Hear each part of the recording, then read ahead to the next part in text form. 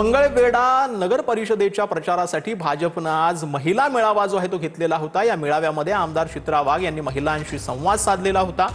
तसंच कमळाचंच मतदान करण्याचं आवाहन देखील चित्रा वाघ यांनी केलं।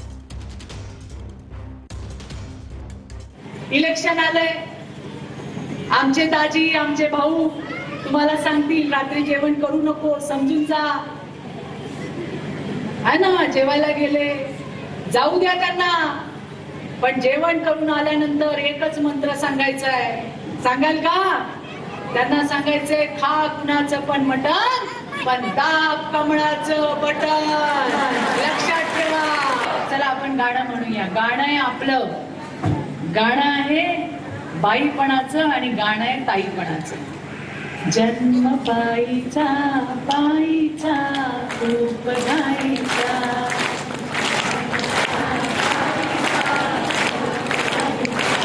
छान आहे की नाही गाणं?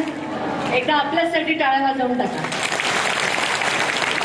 या गाण्यामध्ये ना आपल्या सगळ्या बाईपणाचं आणि ताईपणाचं सार आहे। तर मंत्री संजय शिरसाट यांच्याकडून MIM पक्षाचं पतंग चिन्ह गोठवण्याची मागणी करण्यात आलेली आहे। मकर संक्रांतीच्या वेळेला पतंगामुळे मतदारांवर त्याचा प्रभाव होऊ शकतो असा दावा शिरसाटांनी केला।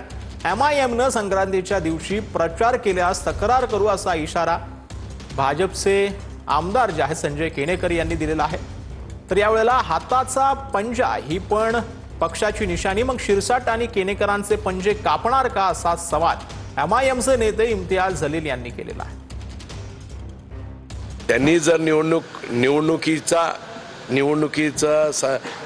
विषय घेऊन जर तो प्रचाराचा मुद्दा बनवला आणि पतंग खऱ्या अर्थाने त्या दृष्टिकोनातून त्या पतंगाचा उत्सव जर साजरा करण्याचा प्रयत्न करत असला तर आम्ही निश्चित निवडणूक आयोगालाही सांगू की हा उत्सवाचा दुरुपयोग जर हे करत असतील तर निश्चितपणे यांच्यावर बंदी घाला।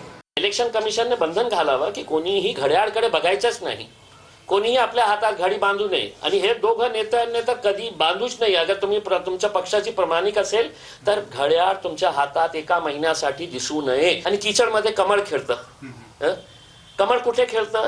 कीचडमध्ये खेळतं। तर एक महीने कमल ने खेळना ही नहीं चाहिए। अच्छा, तुमच्या हातात आणि माझ्या हातात पण हे पंजा आहे आणि हे पंजा जे आहे ना एका पक्षाचं चिन्ह आहे, हे कापायला पाहिजे। पण संजय शिरसाट आणि केनेकर साहेबांचं दोघांचं असं नाही का हे कापायला पाहिजे अशा प्रकारचे जे लोक आहे ना या देशामध्ये खूप कमी आहे। आता मला सांगण्यात आलेलं आहे ते इलेक्शन कमिशन मध्ये जाणार आहे, मी थेट पंतप्रधानाकडे जाणार आहे।